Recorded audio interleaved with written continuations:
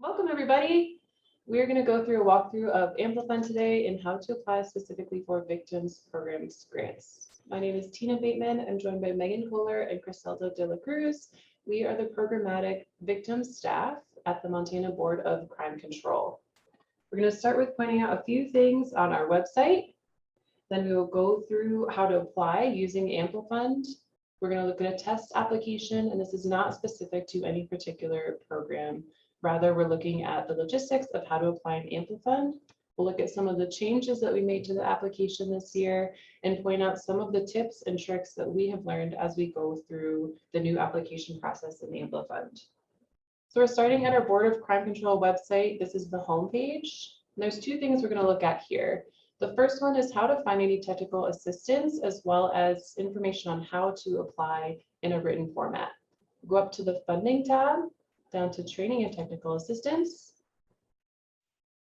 AmpliFund Resources. And this is the link I want to point out, how to submit an application in AmpliFund. And further down here are all of the technical resources that we have put together and how to navigate your AmpliFund account. We're going to go back to the home page.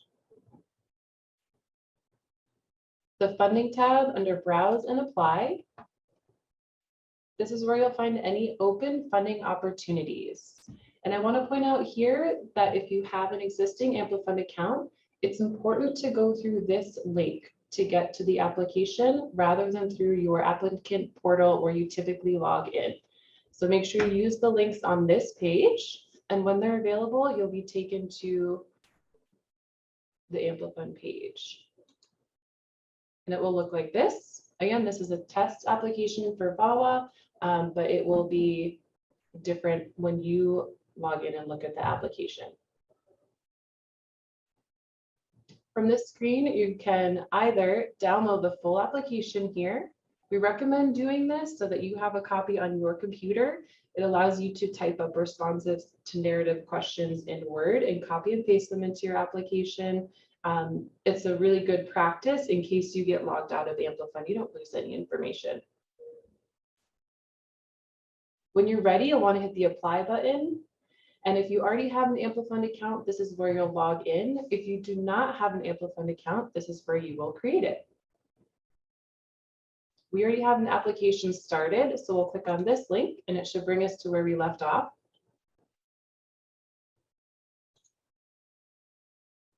This is the first page you'll see when you start the application. And starting with the application name, this is where you'll want to put in your organization name and mention the specific program that you're applying for, whether it's FOCUS, ASK, DVI, so that we have an idea of what we're looking at. It'll help keep everyone organized going forward. This is where you'll put in the total amount of funding requested and all of your contact information. I want to point out on this page, as well as on the bottom of any forms in the application, you have these options. You can save, you can mark it as complete, or you can save and continue. I'll turn this one back to mark as complete so you can see. When you finish a page or a form, I recommend marking it as complete first, and then saving and continuing. When you mark as complete, it does not submit and it does not lock it for editing. So I can still go back and make any changes on this page. What happens when you hit save and continue, it will bring you to the next page of the application. In this case, we go to the forms. In your forms, when you hit save and continue, it brings you to the next form. If you do not hit mark as complete, you'll have to go back into each page and do that before you'll be able to submit your application. This is the next part of the application. It's all of the forms and specific to each programmatic opportunity. I want to point out that there are a number of narrative responses as well as items to download, complete, and re-upload and supplemental information. The full application will take many hours, a couple of days. We recommend setting aside a lot of time to give yourself plenty of room to submit the application and review it and feel good about it. If you have any technical problems too, you want to be able to contact us with those questions prior to the application deadline. And just a reminder that as these are all competitive applications, any programmatic questions will have to go through the Q&A portion or be in one of our predetermined Q&A sessions. Those will be live. If you have any technical questions about applying an AmpliFund, you can contact the Board of Crime Control at any time and we'll help you out with those. So at this time, I'm going to hand it over to Megan to talk about some changes in the application and our forms. All right, guys, thank you, Tina. So as Tina mentioned, all of the forms that you will need to complete will be listed here. The status will also be listed here, so you know if you've completed them or if they're just in progress. The new will mean that you have not started them yet. If you would like to, you can also print these to have for your records. So once you're in the applications and the forms, go ahead and click on the first one. If you click on the name, it'll bring you to the form. So the first part is the program information. And again, this will just let you know a little bit more about what you're applying for to make sure that you are eligible and this is an appropriate application for you. The eligibility will be in there as well as the project period. So go ahead and take note of that just to make sure that you are aware of what you should be submitting for your budget as well as your project period. There's also some information if any cash match or in-kind will be required. And also any purpose areas or any other grant specific information that you should be aware of. Down at the bottom, they will also have the same information. You'll be able to save, mark as complete, or save and continue. A lot of these will also have a box that you will need to check saying, yes, I have read the above information. If you get to the end and you have some red areas that are saying need attention, this may be one of them. So make sure that you are selecting that, yes, you have read them, that you actually have read them, and that you're ready to move on. So we'll go ahead and mark this one as complete. And we will hit save and continue. When you hit save and continue, it'll automatically take you to the next form and you can complete your application that way. We're going to go back up to the forms here so we don't have to go through every one of them. But also note that once this comes up, you'll be able to see that this is now complete. So if anybody else is going into the applicant portal, they can see that this part is complete and you'll be able to move forward with that piece. There are additional instructions here. A lot of these will need to have the accept button that you have read them. Please do that. And once that is done, you can mark them as complete and move on. The responses are kind of the bulk of the application. We'll go ahead and click on one of those. Again, this will be your project start date. Please make sure that matches the grant opportunity information and that you are submitting the correct information. We do have in here the board, the strategic vision, and this is also just related to the board. So please keep in mind this may not be directly related to your grant. This is how it fits in with the board and our visions and the board's visions. Once you have completed this one, you will go ahead and mark that as complete as well.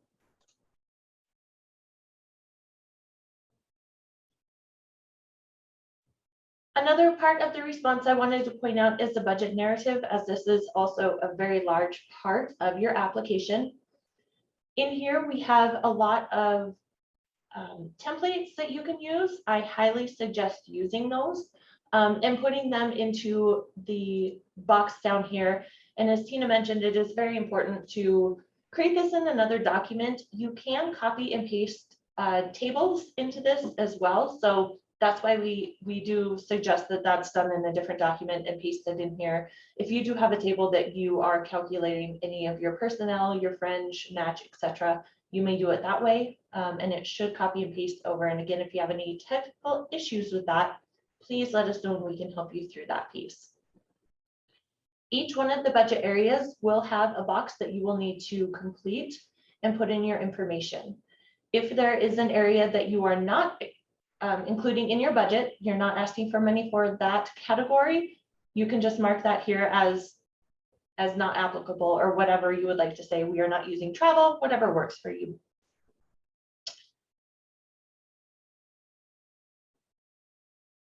Down at the bottom, we also have the same save, mark as complete, and save and continue. These will be the same for all of the responses and forms that you need to complete.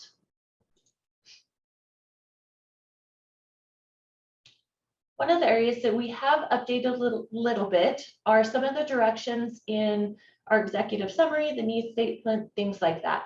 What we wanted to do is make sure that it's very clear of what we are asking and how you are responding to the questions. So with each of these, we really tried to break it down to exactly what we're looking for to help you provide the information that we'll be scoring on. These will also be reflected in the scoring area, so you know this is exactly what we're looking for. Again, you can copy and paste from your Word document and put this right into here. You can also type right into the box if you would like to as well. And these are expandable, so you can make them as big as you need to so that you can create your document for this one. Again, you will save, you will mark as complete if there is complete. If you have nothing in there, you will get the error that you need to complete this and try again.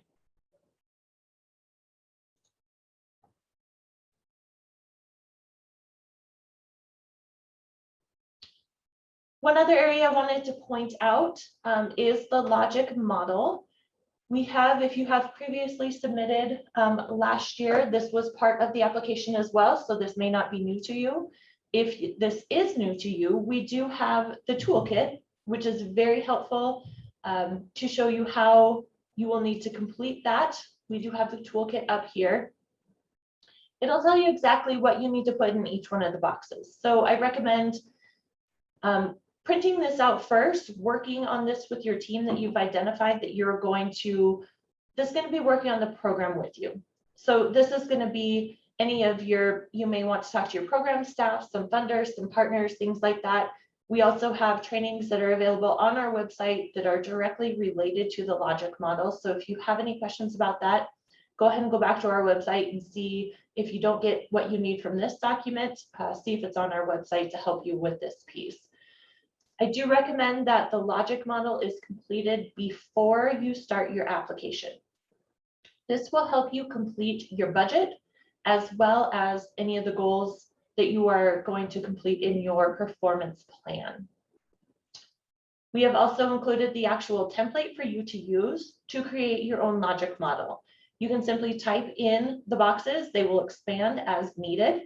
You will save this and upload this back into the application site. So we will go back to the application site now. This is where you will choose your file and you will find your logic model that you've completed. You will open that and upload that into the website.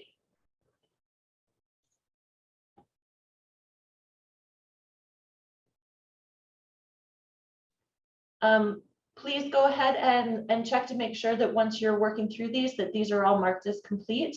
If you need to go back, as Tina said, you can always go back and edit what you need to, but this is a good way to kind of track and see where you're at. I'm going to hand it back now to Tina, and she's going to talk about your evaluation plan. Okay, the evaluation plan is another new section or modified section to the application. And when you click on the form, it gives you a little bit of information here, what we're going to look for, and then the template that you can download here to complete on your computer. So we'll pull up the template. It will look like this. And up top, you can see there's some information on what the purpose of the template is, some definitions that will apply across the application, and then some instructions on how to complete it. And this first question about programmatic challenges asks whether or not you've received victims funding in the last 5 years. And if you have, if you could please describe the challenges that you faced in your most recent project period and how you're going to adapt those for the current funding cycle. How you're going to pivot to address things that were less successful or not what you hoped for in the last funding opportunity. So the purpose of the evaluation plan is to take the goals and we ask each applicant to create 3 to 5 goals for their program and break them down by specific activities. And this is a tool to help you identify how you're going to track those goals throughout the grant cycle And it gives you something to check in on. So it's not one big goal, but it's rather small ones that you can measure throughout the time frame. And this is an example. In this green box, you'll identify goal number 1. And these goals that you identify here will be the same ones that go into your performance plan later in the application. And you'll see up in the instructions that these goals and activities will be directly related to what has come out of your logic model. So goal number 1 is your first overarching goal, your hope for the program. And then these activities are what you're going to do to achieve that goal. So in this case, we have hire a new part-time advocate as the activity, and the goal might be to expand services. We have a start date and an end date for this activity, and this may not necessarily be your grant start and end date.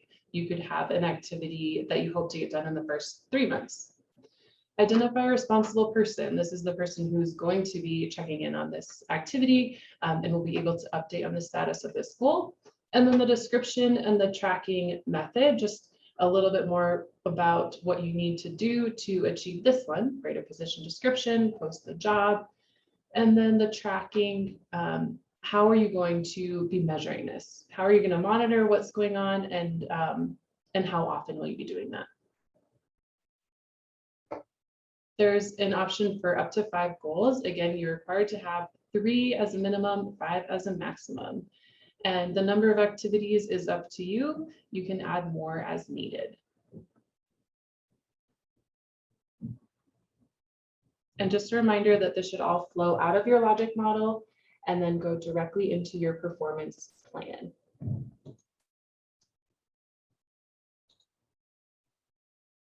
And you'll upload it on that same screen once you've saved it to your computer.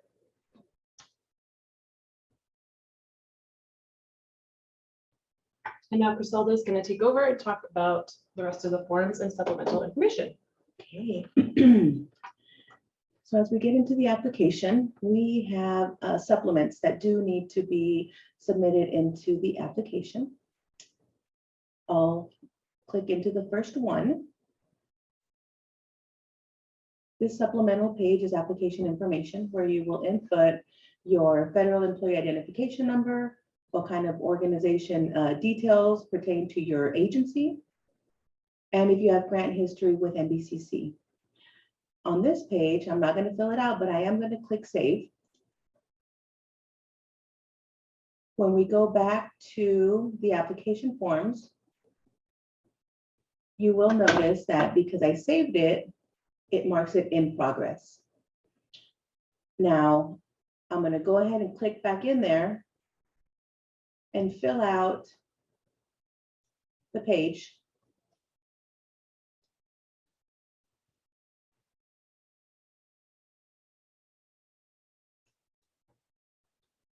And if I might mark yes with the grant history, then I'm going to put in here, just click on what type of grants I have received previously. I'm going to save it. I'm going to mark it as complete so to know that it's completed. And then I'm going to save and continue, which will move me to the next page.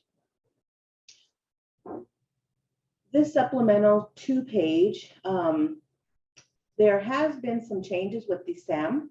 It's not going to be finalized until April, where the SAM verification is going to turn into UEI number. For those that have a SAM, that is going to transition pretty easily. You're going to be given your number as you're updating your year. Now, if you don't have a SAM, you're going to have to go through some steps to get your UEI number. I forget the exact acronym, but give yourself some time to actually get this done. It's important. You cannot apply for federal funds unless you have this document, but just know that there are some changes coming to the SAM verification. And once you get that complete, again, you're going to save the file, and then you're going to upload it. We have different forms on this same page which are the accounting system and financial capability questionnaire. You'll click into it. You'll fill it out.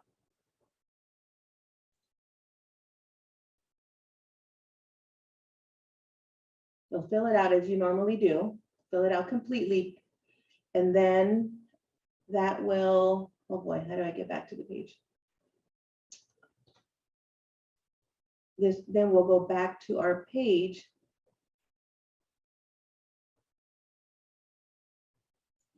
And upload it and save it. As you're uploading it and saving it, it starts to compile your entire application as a whole. You'll be given a chance later to print the entire documents that you have submitted. And again, we go back to the pages, mark, save complete. We have another page that will show you as well. Your financial resource disclosure template. On this page, and this is actually not a new page, but it is something that we have brought back to our applications. What this does is gives us an opportunity to see where all of your funding sources are for your agency. You will open up the page, come into the descriptions. We've outlined pretty much all of the applications that MBCC has. And these are all the federal grants that we hold at MBCC. You will put in there what your current period is and how much funding you have in that current cycle. And on the next period, which is over to the right, let's say we're applying for VOCA, what is it that you're applying for this next cycle, whether it's 150, 50,000, regardless of what the amounts are, we need you to be as accurate as possible, filling out all of these sections. The totals will tally up down at the bottom and what the MBCC portions are. If you receive other funding from OVW, OVC, whatever federal grant you apply for and do receive, we also want to see that. We want to see if your county, your agency receives surcharge fees, and if you have private grants or any fundraising that you do. And again, this will all outline and tie out to what your funding sources are, which are current, and what your goals are for this next funding cycle. And we've got a lot of acronyms that work on this page because it shortens up some of those tables, but we do have the grant names in full down at the bottom of this form.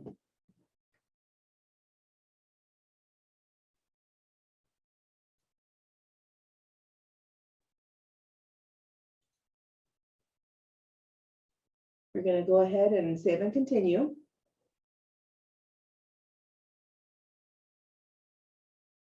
Let's see here. Again, we have a lot of different supplemental pages that you need to give yourself time for, to review, to update. If applicable, these are some things that you're going to want to look for. If it's applicable, we want to see it. If it is not applicable, you can just pass right through this form. If there's an asterisk on any one of these sections, that is mandatory. You cannot move forward without seeing that it needs to be completed. For example, this accounting page that we were just in, I did save and move forward, but it gave me an error sign because I didn't mark anything with this asterisk. I didn't upload a document. So because of that, if I try to submit, it will give me an error.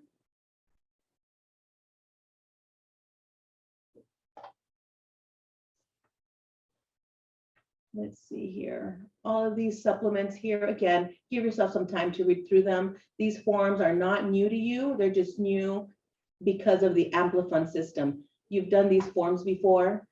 They correlate right to what we're doing. It's just a new system. So please give yourself time to fill them out and upload them. Now I'm passing this on to Megan. All right, so with each grant, there's going to be additional grant specific supplements. For example, for VAWA, we have updated this form a little bit. Actually, we condensed this form a lot. This is really just talking about any culturally specific parts of your program that you may do.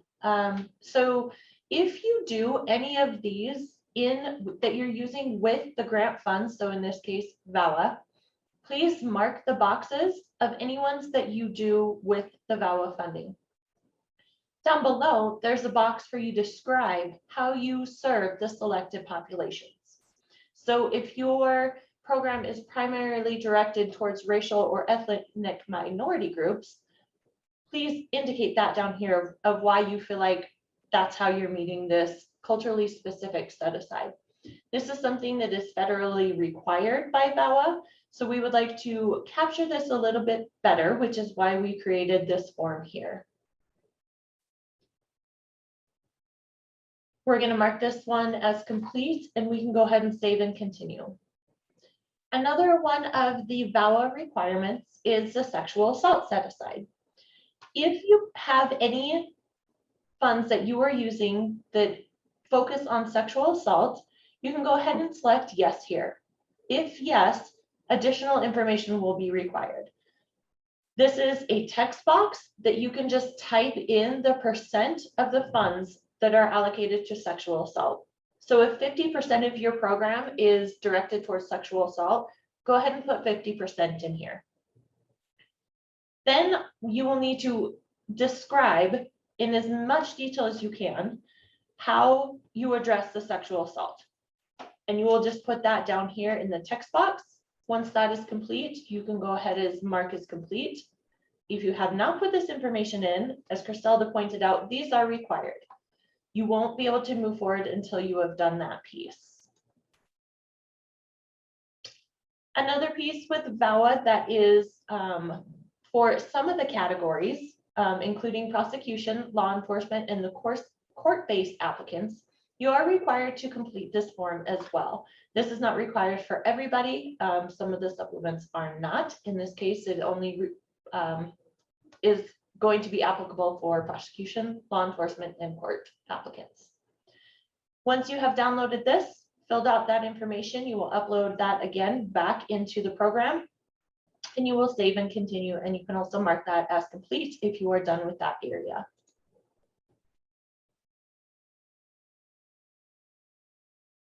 Please make sure that you do sign the application. One important piece on this, you will upload your signature page. Please make sure this is legible, that we can see exactly the email addresses and the contact information for your grant. The signature page is very important, and if any changes are needed, we will ask for an updated one for that piece. But please make sure at the time of application that this is signed, completed, and the information is also correct that you put into here as well, including the email. Please double check that to make sure if we need to send out any correspondence that we have the correct email address. You will complete this for all 3 people identified on your signature page. One thing I wanted to point up here at top, this is also a good tracker for you to see how much of this is complete. It's an easy way to navigate back and forth in between the different areas of your application as well. We will have fiscal go over the budget portion with you, and then we'll continue on with the performance plan. Good morning, everybody. I'm Adam Stoll. I'm one of the accountants here at the Board of Crime Control, and I'm going to walk you through the budget section of this. And I am going to share my screen.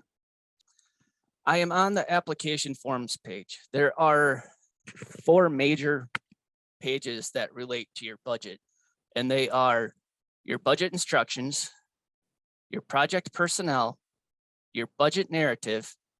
Those are the 3 forms. And if you notice across the top, there's also this separate budget tab. Now, my recommendation is when you're using on them, we're going to go back to the budget instruction, is you read it, you can mark the yes button, but do not mark any of these as complete until you've gone through them all. And you can verify that they all are complete and they all actually tie out with each other, because otherwise it can cause, I view it as it can cause issues if you're trying to go back and forth between and they're complete, but it's still not working.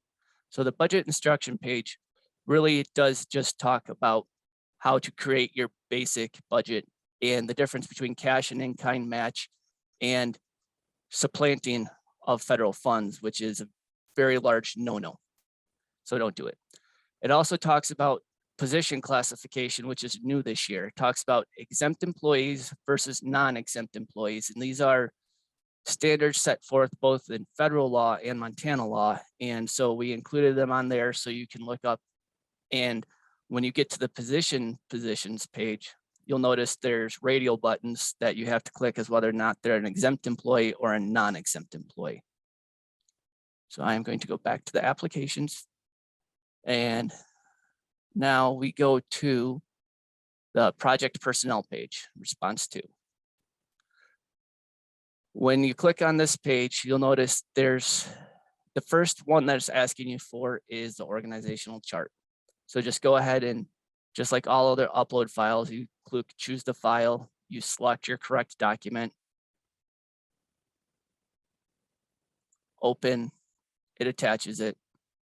It only allows you to have one in there, one document in there. And so if you incorrectly attach the wrong one, you can just choose the next one and you don't really have to delete it. Or if you want to, just click the trash can and it goes away.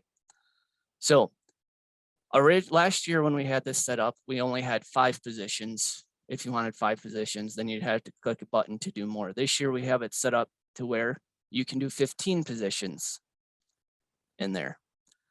So for this one, I only created 1 position for this grant to fund. And so I named the position, which is the position is called the victim advocate. And the name of the person currently in that role is Kate Bishop. And they are a non-exempt employee based on everything else. If you come up here, you can also, we say again, what the position classifications are for exempt and non-exempt employees. And so this is where all you have to do is select exempt, non-exempt, and then attach their file, their position description. Then you can go down to the bottom. You can either mark it as complete or click save and continue. I am choosing to not mark this as complete until I make sure all my budget sections actually tie out correctly. And so I am just going save and continue. And then then it takes you to the next page, which is the budget narrative. Some of our grants require match. Others of them don't. Some of them, it depends on the type of agency you have. And so right here, we talk about how to calculate your match. It says this is the total project cost times the recipient share. In the case of VOCA, it is a 80% federal, 20% local match. So if your total project cost is $100,000, you'd multiply it by the recipient's share percentage, which is 20%, and you get to $20,000.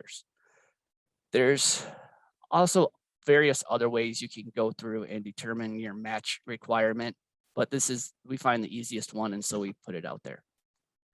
Going through here, you will have all of your different categories. You have your personnel section, fringe benefits, and I'll get to the other ones farther down. So we have 1 position. I'm putting 1 position in here. And so right here, it gives you an example of how to provide the calculations. Well, the personal salary position title is the victim advocate and the name is Kate Bishop.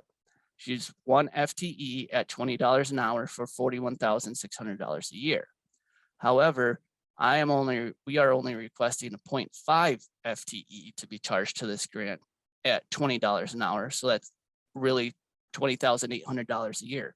The other funding source, which we need you to indicate if it's not a full FTE that's getting charged to your grant, you can just say what the funding source is. In this case, it's private donations, and that makes up the other 1,040 hours at $20 an hour for the other $20,800 a year. But we are charging the 0.5 FTE for 2 years to this grant. So the total funding requested for this position is $41,600. Now, salaried people are slightly different, but they're based off, set salaries are based off of 2,080 hours, working hours in a year. And so the math still ties out and you can figure out how much their average hourly wage is.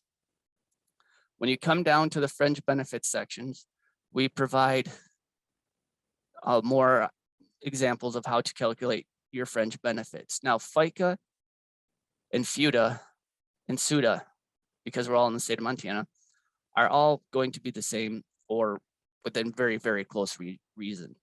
Workers' compensation, depending on if you go who your entity is that you have your pay, you do your workers' comp, your retirement and your health insurance, those percentages can change based on your agency. And so it shows you how to calculate it based on, for example, retirement based on 8.17% retirement off of the personal services for the year. Well, we are only asking for funding for Kate Bishop's health insurance. Now, you don't have to declare all the fringe benefits if you're not going to charge them as to the federal portion of the grant or report them as match. In this case, all I am declaring is the health insurance section. It says our health insurance plan costs the agency $750 a month, but because only 0.5 of Kate's time is being charged to the grant, we're only charging $375 a month of this as match. And so then there's my detailed cost calculation. So it's $375 a month times 12 months times 2 years equals $9,000. If you go back up to the top, it talks about including detailed cost calculations. And so if you have a formula, I highly encourage you double or triple check your formulas and make sure your math actually follows through. The next section is travel, which I'm not claiming any. I recommend you just put NA, because that way, if somebody's reviewing this for you, you're scrolling through, they don't come to a blank section and ask you, why is this blank? If you put NA, they'll be able to tell, oh, it's not applicable, it doesn't apply. So I can skip this. We're also not doing equipment. Down in the supplies section, we're asking for funding of emergency client food, purchasing food for victims on an emergency basis. We're asking for $1,000 over the course of the grant. Emergency client aid is, the description is for based on prior services provided to victims. We have budgeted this amount for client travel. The amount includes purchasing either train or bus tickets to get clients to safe family environments outside of Montana and or transporting the clients to shelters across the state if we are unable to house them ourselves. And so we're budgeting $2,000 for that. Now, if you go back up to the top, it talks about explain or justify all budgeted items based on project activities. Explanations are good. The emergency client food is not a very good explanation. I intentionally left that one blank as an example of, hey, it's not very detailed. It provides no basis as to how we came up with $1,000. You need to describe how you came up with $1,000. The next category is contracted services. In this contracted services, we are including lawyer fees. And this is to provide up to $7,500 of lawyer fees for clients who need legal assistance for personal safety issues.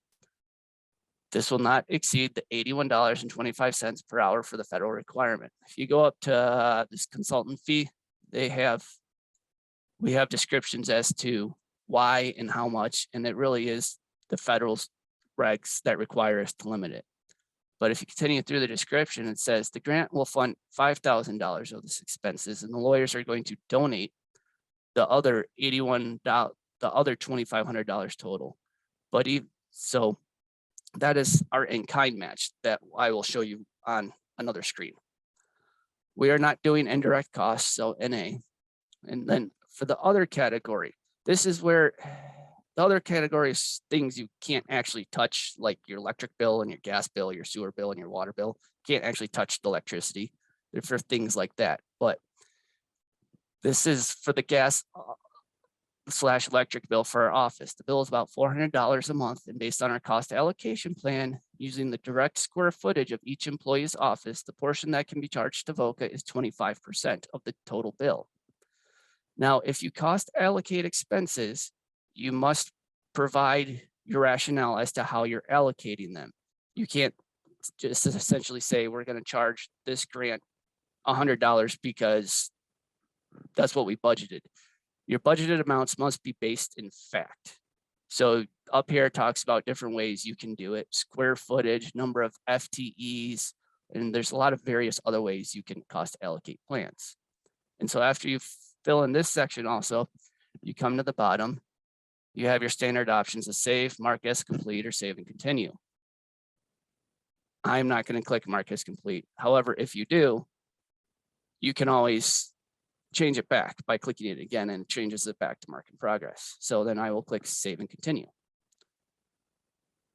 This takes you to the executive summary, which I am not going to cover. So I click back on the application tab, and it brings me back to my form list, and there's the budget instructions, the project personnel, and the budget narrative, which we've all already gone over. So now I'm going to click on the budget across the top. I've already gone through and filled in some of this. Now, when you're doing these, if you want to, when you want to add a new line item, you click the plus next to it, next to the budget category. It pops you up to this: personnel cost, non-personnel. The direct costs, if you're going to do this, when you do this, is we're just going to type in $5,000. Is this non-grant funded? No. Yes, I realize it's an awkwardly phrased question or statement. You click yes if you're going to. I always turn these to yes, even if I'm not going to provide match for them, because it's easier just for my own sake to follow them through. Now, this is where, if you're going to use part of this as match, you can use it, type in the amount for either cash match, or you type in the amount for in-kind match. And then you can type in the narrative. Last year, if you did any of these, you'll notice we always told you, you'll remember we always told you to use the dollar. However, the issue that was caused through AmpliFund by using percentage has been fixed. So if you want to just say 20%, you have to type in 0.2, because if you type in to get to 20%, if you type in 20, you'll get to 2000%, and you'll notice right here in grant funded amount is now a negative $95,000. So enter percentages as decimals, otherwise it'll mess with your budget numbers. Down here in this section is where you type in the narrative, which is once again needs to describe everything that you are doing. And so travel for employees. And then I would click create after I fix this to 0.2. This field is required. I forgot to include a name. And so even in these pop-ups, you'll get errors if you forget to do required stuff. So travel for Kate Bishop. Create. All right, so now I have that Kate Bishop travel. However, if you go back to my original narrative, you'll notice you'll remember I left the travel category blank, so I didn't have it in there. And so if you find lines in here that you incorrectly typed in and you just want to completely delete the line, you click the trash can, you wait 5 seconds, it updates and it disappears. If you're reviewing items in here, like I've already have for personnel in here, but let's say I'm the reviewer and I just want to look at it and I don't want to edit anything. If you click on the actual green, the name or the green button on the left, it'll block out all these squares where I cannot type in and edit information. But if I'm the one doing the budget and I realize an error and I want to edit it, click on the pencil and it'll bring it in and I can edit it. Now going through here, I've already typed in all these numbers. Your goal is to have the total overall budget be 0. As you can tell, mine is not. I have too many expenses in here, which means and it's not going to let me save it because I mark it as complete because I have an error.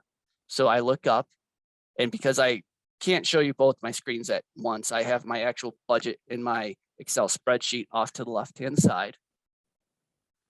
And I realize, oh, hey, I have emergency client travel as too much. It's $2,000. It should be 1. So once again, I'll just click on the edit, delete, change my amount, save. Now, oops, I changed the wrong one. I changed my amount changed it incorrectly. I changed my cash match, not my total direct cost, which all that did is shift another $1,000 over to the federal side. So you have to change your direct cost amount. And now you click save. It ties out. So you can either click mark as complete or save and continue. So as I said earlier, which I highly encourage, and everybody else said highly encourage somebody else to review this also, I would just click save and continue. Because now I know my budget template is correct. However, I had to change a number, which means I now need to go back to my budget in here, my budget narrative, and go down to my supplies category, which I went too far. And I will change this to 1,000 because that is how much I am charging to the grant now and claiming as match. And so that completes my budget section. Thanks, Adam. Okay, whew, take a breath. You are almost done with your application. The performance plan is the final piece. And I understand at this point in time, you're probably feeling some application fatigue, but I encourage you to push through, because if we consider the application as the meat, that is where you're going to talk about your community need, your solutions, and supporting data. The performance plan is really how you tell your story going forward. This gives you an opportunity to track your success and to look for opportunities to modify. It gives us an opportunity to get a really clear picture of what you're going to do and how that's going throughout the life cycle of the grant. And performance plans are an opportunity to do what's best for your community. You are the experts in that area and we want to help you get there. So if something is not going as planned, or if something changes in your community, we can modify your performance plan and we'd love to work with you on that. But if we don't have these goals, then we won't know how things are going. So from this page, you'll see this up here is called a strategy to provide victims across their lifespan with the protection and services they need to pursue safe and healthy lives while improving communities' capacity to provide justice for victims and hold offenders accountable. That will be determined by the program that you're applying to. I don't want you to worry too much about strategy or the language in general. You will add a goal. Each application is required to have 3 goals and a maximum of 5. This screen will pop up. This first section, the goal type, you can select the type of goal that you would like to track. And you'll see each one has a little bit of difference in what you are measuring. Milestone, you type in what you're hoping to achieve. Numeric is, as it says, a numeric goal. It could be number of clients served, percent achieved, and a percent change. So this is an opportunity for you to choose the best one that fits your program. For each goal, you'll give it a name. Try and be specific here. And a description. And we ask that you do provide some description information. It helps us know what activities you're doing. It tells a little bit about your whole program and then how we can help you track those going forward. So make sure to include a description for each goal. And consider when you're coming up with your goals, one, that they come out of your logic model. They may be an output or an outcome depending on your program. And these are what you're going to be reporting on quarterly for the length of your grant.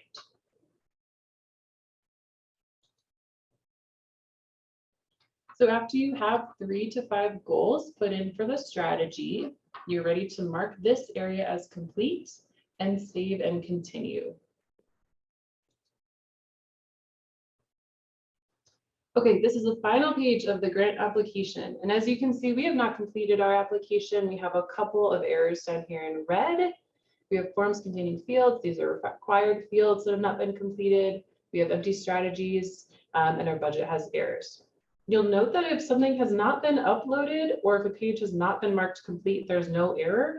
That doesn't mean those things haven't happened. So before you submit, I recommend going back to make sure anywhere that you needed to upload a form from your computer that you have done that.